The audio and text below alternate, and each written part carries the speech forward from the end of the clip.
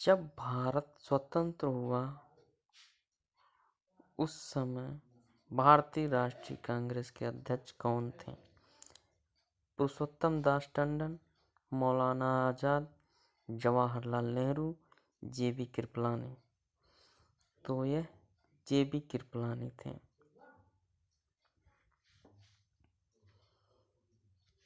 व्याख्या देखें हम।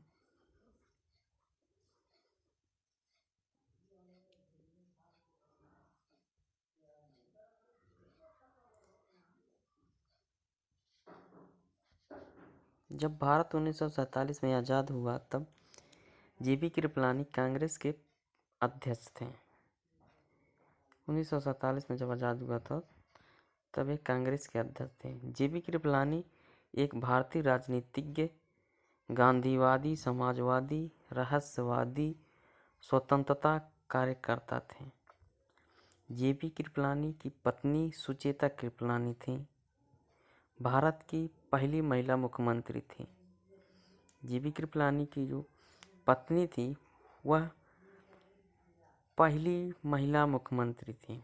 उन्होंने 1963 में 63 से 1967 तक उत्तर प्रदेश की मुख्यमंत्री के रूप में कार्य किया था। 1950 में कांग्रेस अध्यक्ष के चुनाव में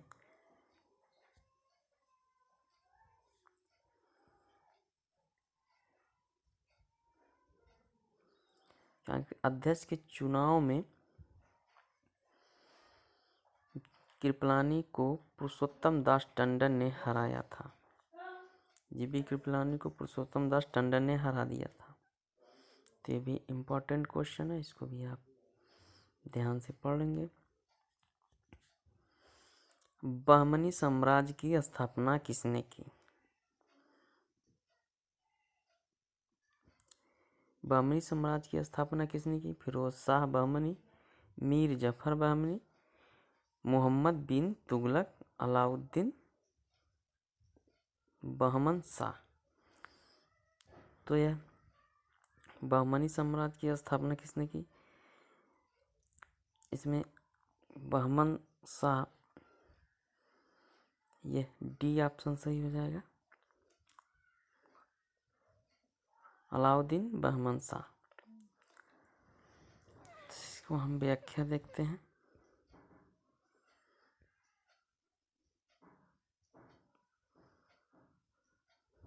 अलाउद्दीन बहमन शाह। बहमनी सल्तनत 1947 से 1518 तक चला। दक्कन का ये इस्लामी राजा था। दक्कन मतलब दक्षिण भारत। ये आपका जो भारत था, सॉरी, यह भारत मान लेते हैं, यह दक्षिण भारत है। यहाँ पर इसका साम्राज्य था। इसकी स्थापना 3 अगस्त 1947 को एक तुर्क अफगान सूबेदार अलाउद्दीन बहमन शाह ने किया था। यह सूबेदार अलाउद्दीन बहमन शाह ने की थी। इसका प्रतिद्वंदी हिंदू विजयनगर साम्राज्य था। इसका जो विरोधी था वह हिंदू विजयनगर साम्राज्य था। 1518 में इसका विघटन हो गया था। ये बहमनी का विघटन 1518 में हो गया था, जिसके फलस्वरूप गोलकोंडा, बीजापुर, बीदर, बिरार, अहमदनगर के राज्यों का उदय हुआ।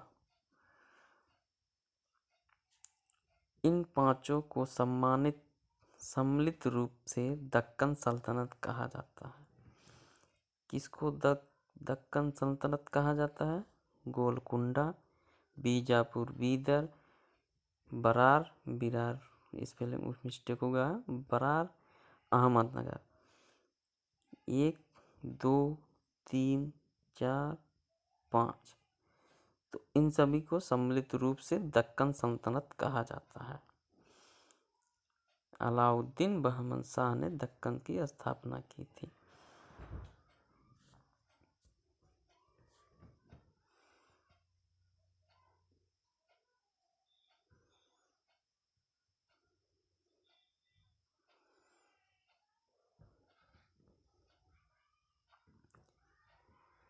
निम्नलिखित में से कौन हिंदुस्तान रिपब्लिक एसोसिएशन के महत्वपूर्ण सदस्य थे जिन्होंने अपने साथियों के साथ काकोरी ट्रेन डकैती की थी?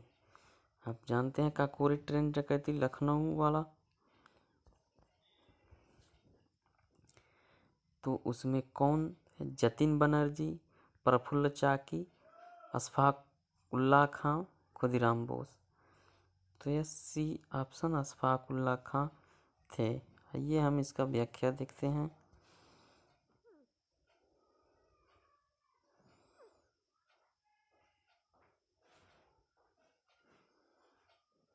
अशफाक उल्ला खां का जन्म ब्रितानी भारत के शाहजहांपुर में शफीकुल्लाह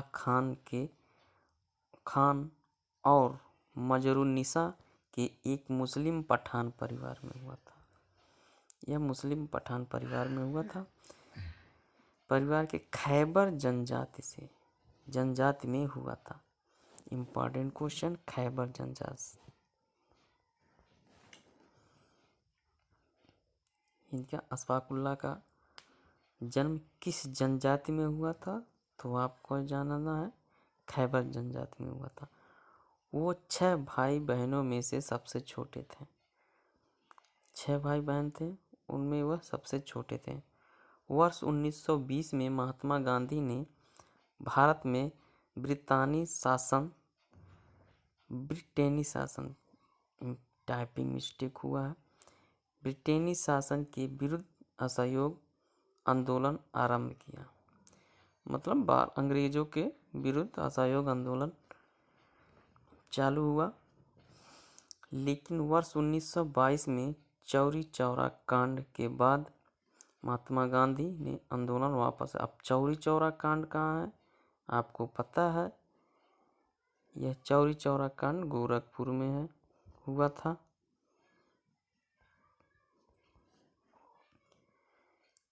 चौरी चौरा कांड के बाद महात्मा गांधी ने आंदोलन वापस ले लिया था। चौरी चौरा कांड आप जानते हैं, इतना हिंसक कांड हुआ था जिसमें पुलिस वालों को किसानों ने जला दिया था उस चौकी के अंदर।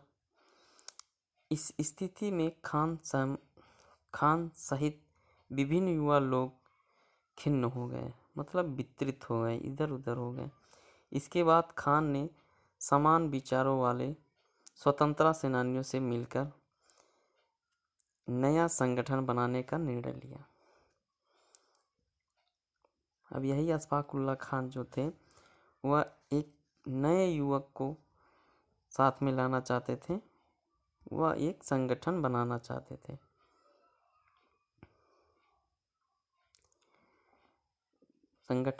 नया संगठन बनाने का निर्णय लिया और वर्ष 1924 में हिंदुस्तान रिपब्लिक एसोसिएशन का गठन किया।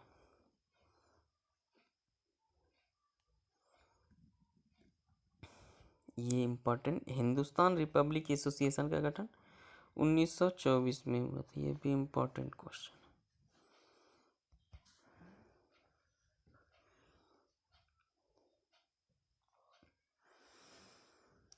सालार जंग संग्रहालय निम्नलिखित में से किस शहर में स्थित है? तिरुवनंतपुरम, चेन्नई, बेंगलुरु, हैदराबाद। सालार जंग संग्रहालय, अब आपको हम बताते हैं। सालार जंग संग्रहालय ये तो हैदराबाद में है।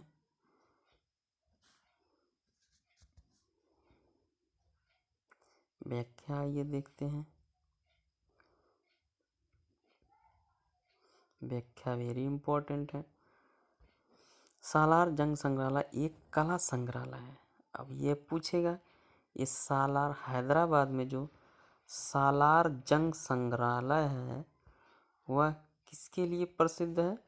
कला संग्रह के लिए प्रसिद्ध है, जो भारत के हैदराबाद तेलंगाना शहर में मूसी नदी के दक्षिण तट पर दार उल सिफा में स्थित है। दार उल सिफा, ये भी इम्पोर्टेंट क्वेश्चन। ये कहाँ, यह पूछेगा कहाँ, किस नदी के किनारे यह सालार जंग संग्रहालय है? यह मूसी नदी के किनारे है, मूसी नदी के किनारे। यह भारत के 3 राष्ट्रीय संग्रहालय में से एक है। भारत के जो 3 राष्ट्रीय संग्रहालय है उनमें से एक है। मूल रूप से सालार जंग परिवार का एक निजी कला संग्रह है। यह सालार जंग तृतीय की मृत्यु के बाद राष्ट्र को दिया गया था। सालार जंग जब उनकी मृत्यु हो गई थी, सालार जंग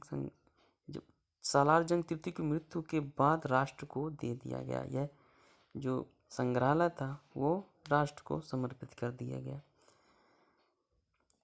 सालार जंग संग्रहालय नवाब मीर यूसुफ अली खान सालार जंग तृतीय द्वारा एकत्र की गई कलाकृतियों का दावा करता है। कौन थे? नवाब मीर यूसुफ अली खान सालार एकत्र की गई कलाकृतियों का दावा करता है, जो हैदराबाद के 7वें निजाम के पूर्व प्रधानमंत्री थे।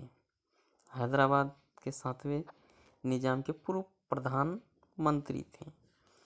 यह संग्रहालय भारत में तीसरे सबसे बड़ा संग्रहालय भी है और इसमें प्राचीन पांडुलिपियों, चीनी मिट्टी की चीजें, धातु की कलाकृतियों, कालीन, मूर्तियां, वस्त्र, चित्र और घड़ियों का संग्रह है।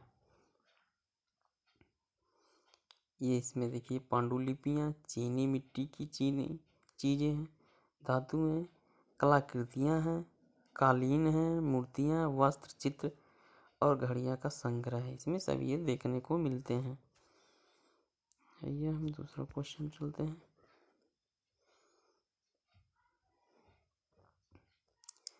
मांडवी सागर तट कहाँ स्थित है? मांडवी सागर तट कहाँ स्थित है? यह आपका गुजरात में है। अब हम देखते हैं व्याख्या इसका, किस लिए यह फेमस था।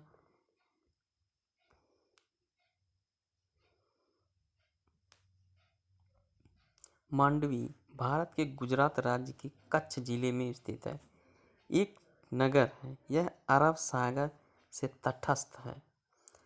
अरब सागर, जैसे कि अरब सागर और बंगाल की खाड़ी मान लेते हैं भारत है हमारा, तो इधर आपका हो जाएगा बंगाल की खाड़ी इस साइड में, और इस साइड में हो जाएगा अरब की खाड़ी।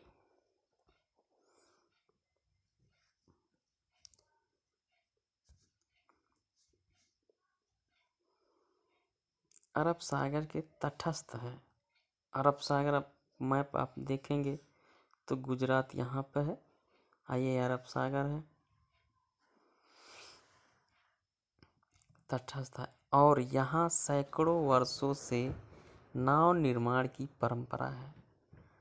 मतलब गुजरात में नाव निर्माण किया जाता है, पहले से ही किया जाता था। इतिहास में यह एक प्रमुख बंदरगाह भी रही है। मांडवी बीच अपने अभियान और पानी के खेल के लिए लोकप्रिय है। मांडवी बीच पे क्या किया जाता है? अभियान और पानी के खेल खेले जाते हैं। कोई भी अभियान होता है और खेल यहाँ पे खेले जाते हैं, इसलिए मांडवी बीच लोकप्रिय है। मांडवी की स्थापना 1574 में कच्छ के राजा खेंगारीजी ने की थी। ये इम्पोर्टेंट है। खेंगारजी ने मांडवी की स्थापना की थी। कब की थी? 1574 में। मांडवी जल्दी से एक बंदरगाह शहर के रूप में आगे बनेगा। आगे मतलब हो गया।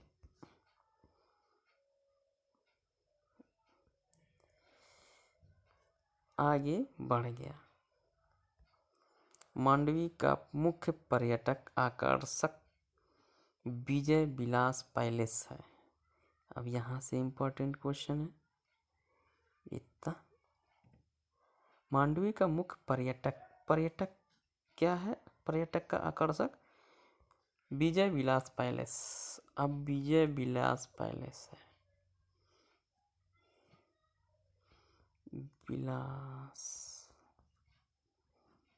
पैलेस। अब ये पूछेगा विजय विलास पैलेस कहाँ है, तो गुजरात में। गुजरात में कहाँ? मांडवी नदी के समीप है।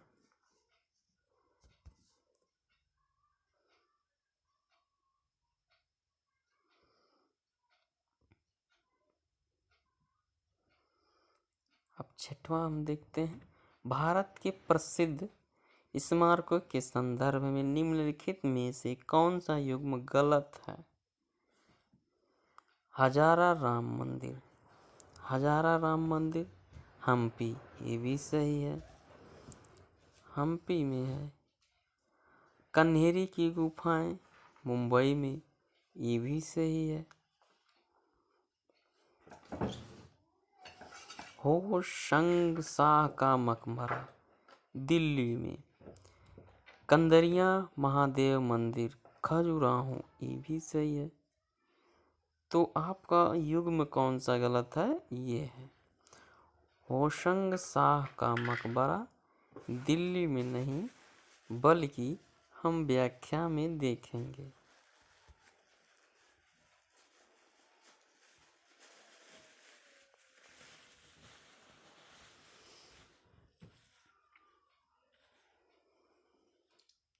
होशंग शाह मकबरा होशंग शाह घोरी द्वारा बनाया गया था।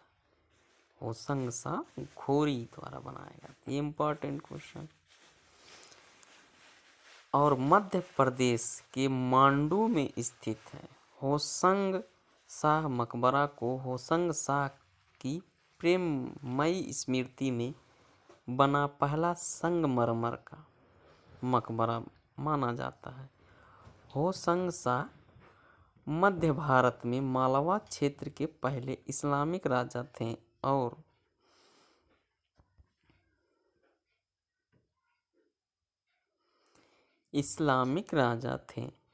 और मालवा के शासक होने के बाद होशंग शाह घोरी की उपाधि लेने से पहले उन्हें अल्प खां भी कहा जाता है। होशंग शाह को अल्प खां भी कहा जाता है।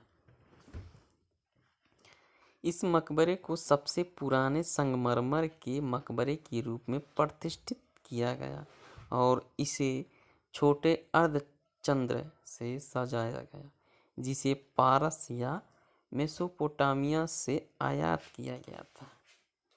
पारस या मेसोपोटामिया से आयात किया गया था। तो यह मध्य भारत मतलब मध्य प्रदेश से इसका संबंध है। ये आपका हो जाएगा होशंग शाह का मकबरा मध्य प्रदेश से, एमपी, दिल्ली नहीं।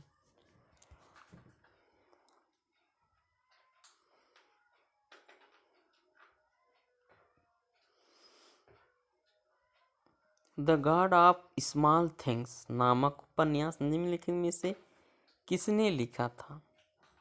The God of small things उपन्यास मैरी राय, सलमान रुश्दी, अरुंधति राय, अनामिका बत्रा। तो आपकी ये अरुंधति राय थी। आइए हम व्याख्या देखते हैं।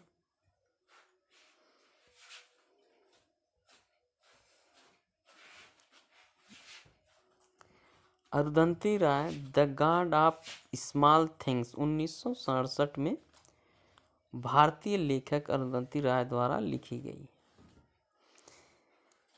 यह उनका पहला उपन्यास था। अरुंधति राय का पहला उपन्यास कौन सा था? The God of small things. उन्होंने इस पुस्तक के लिए 1967 में फिक्शन के लिए मैन बुकर पुरस्कार जीता था। इस पुस्तक के लिए अरुंधति राय ने मैन बुकर पुरस्कार भी क्या कर चुकी हैं? जीत चुकी हैं। और यह एक गैर प्रवासी भारतीय लेखक द्वारा सबसे अधिक बिकने वाली पुस्तक है।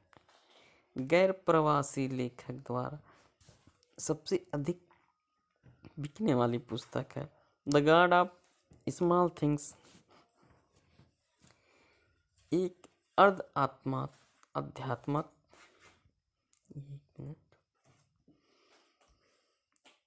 The God of small things एक अर्ध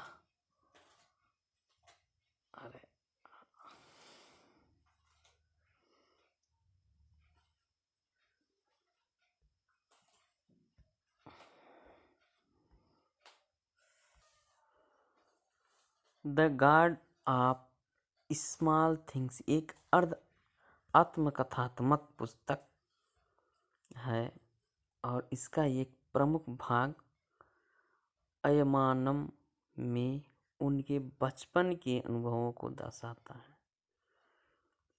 रुदंती राय के बचपन के अनुभवों को दर्शाता है अयमानम में।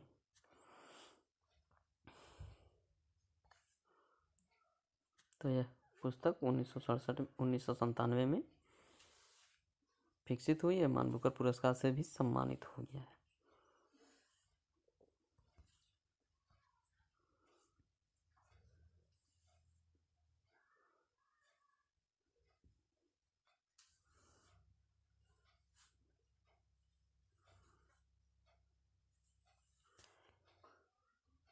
हल्दी घाटी का युद्ध निम्नलिखित में से किस वर्ष लड़ा गया था? 1576 में, 1571 में, 1567 में, 1579 में। यह है आपका 1576 में लड़ा गया था। आइए हम इसके विषय में देखते हैं क्या है, क्यों लड़ा गया था।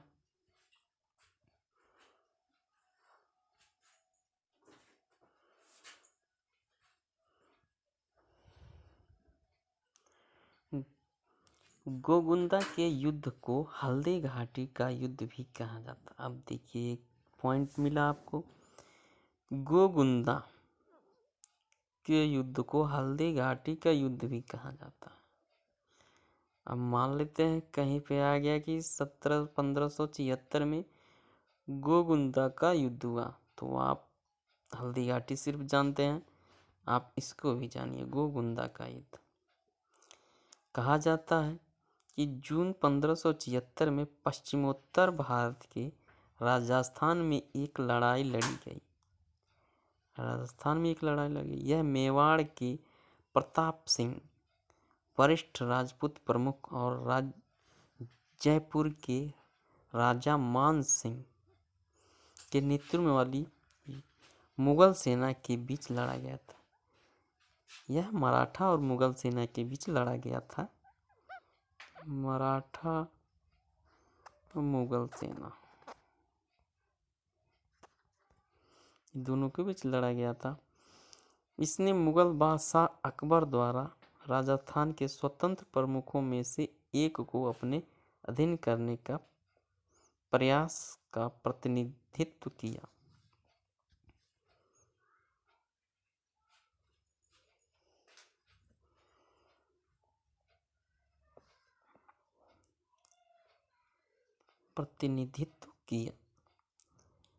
प्रताप सिंह ने हल्दी घाटी के पास गोगुंदा के किले में लगभग 12 मील 19 किलोमीटर और उदयपुर के उत्तर पश्चिम में एक स्टैंड बनाया। प्रताप ने पहाड़ी पर से स्थिरता से अपना प्रतिरोध जारी रखा और मेवाड़ ने अंततः 1614 तक मुगलों को स्वीकार नहीं किया।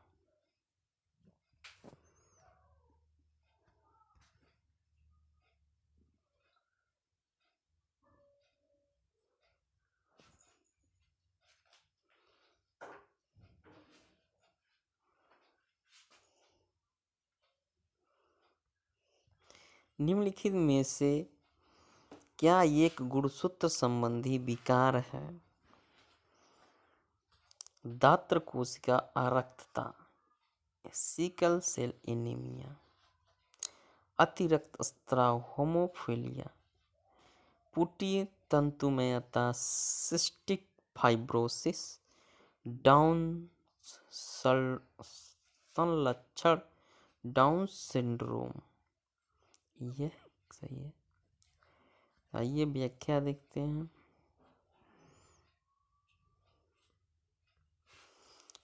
डाउन संलक्षण, डाउन सिंड्रोम। डाउन सिंड्रोम जिसे ट्राइसोमी 21 के नाम से भी जाना जाता है। डाउन सिंड्रोम को ट्राइसोमी 21 के नाम से भी जाना जाता है। यह एक अनुवांशिक विकार है, मतलब अनुवांशिक रोग है। जैसे कि उसके माता के शरीर में रोग है तो इसके बच्चे के शरीर में भी यह रोग हो जाता है। इसे अनुवांशिक विकार या अनुवांशिक रोग कहते हैं, जो पीढ़ी दर पीढ़ी चलती आती है, जो क्रोमोसोम 21 की तीसरी प्रतिलिपि के सभी या किसी भी हिस्से की उपस्थिति के कारण होता है। यह किसके कारण होता है? क्रोमोसोम के तृतीय प्रतिलिपि के कारण होता है। यह आमतौर पर शारीरिक विकास में देरी मतलब शरीर का बढ़ना धीरे हो जाता है। विशेषता चेहरे की विशेषताओं और हल्के से मध्यम बौद्धिक विकलांगता से संबंधित होता है। बौद्धिक विकलांग मतलब मानसिक क्षीण भी हो जाती है इनके अंदर, सोचने समझने की शक्ति भी कम हो जाती है। डाउन सिंड्रोम वाले एक युवा वयस्क का औसत बुद्धि स्तर 50 होता है,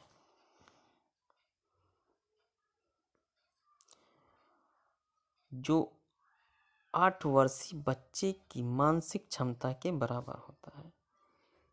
एक युवक मान लेते हैं वो होता है 21 वर्ष का,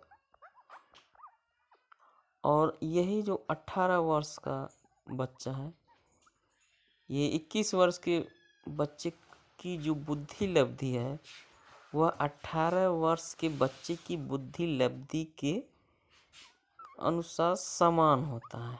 इसलिए किस कारण यही जो डाउन सिंड्रोम, यह अनुवांशिक लक्षण इसी के कारण होता है।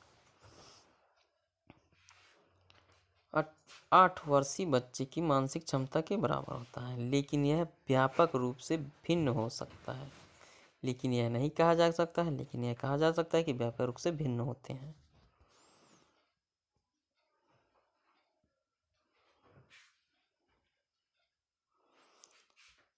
खिलाड़ियों और उनसे संबंधित खेलों के संदर्भ में निम्नलिखित में से कौन सा युग्म सुमेलित नहीं है? हमको नहीं वाला ध्यान से देखना है। जैसे मार्टिन हिसिंग टेनिस खेलते हैं, ये भी सही है। उसेन बोल्ट तेज दौड़ते हैं, तो जानते हैं उसेन बोल्ट को। माइकल फेल्प्स तैराकी से संबंधित, ये भी सही है। टाइगर वुड्स स्नूकर, ये गलत है। तो इस प्रकार आपका ये सही हो जाएगा। आइए व्याख्या देखते हैं।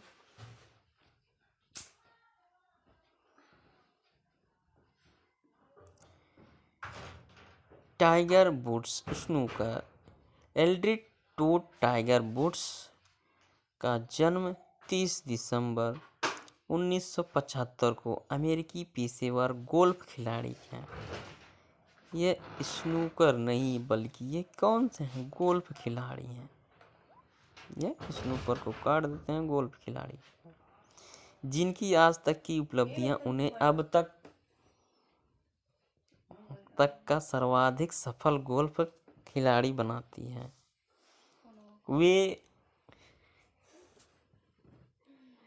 वे पूर्व विश्व नंबर 1 तथा दुनिया के सर्वोच्च भुगतान शुदा पेशेवर खिलाड़ी हैं, जिन्होंने एक अनुमान के अनुसार 2010 में जीतों तथा विज्ञापनों में $9.05 करोड़ अर्जित किए थे। वुड्स ने 14 प्रमुख पेशेवर गोल्फ प्रतियोगिताएं जीती हैं। किसी पुरुष खिलाड़ी की दूसरी सर्वोच्च उपलब्धि है। जैक निकोलस 18 जीतों के साथ उनसे आगे हैं। जैक निकोलस उनसे आगे हैं। और 71 पीजीए टूर प्रतियोगिता जीतने वाले वे दुनिया के तीसरे खिलाड़ी हैं। दुनिया के तीसरे खिलाड़ी वुड्स हैं।